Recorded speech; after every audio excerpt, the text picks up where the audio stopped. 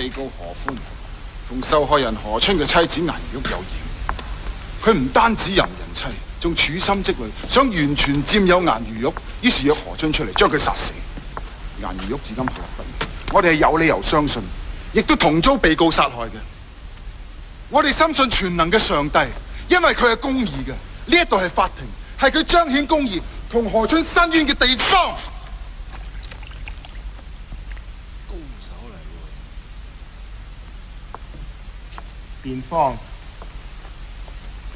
法官大人，請准問陪審團幾個問題。咩問題啊？相當重要嘅問題。你問啦。陪審團，若然有覺得被告靚仔嘅，請舉手。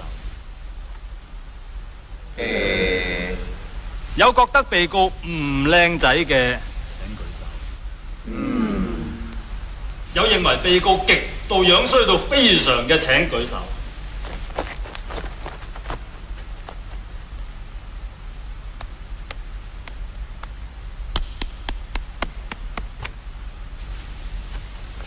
各位，被告樣極衰，錢亦極冇，何其甩皮甩骨都有目共睹嘅。試問有能本事去勾引一個香港大戶家族嘅總經理太太啊？有？反對大人。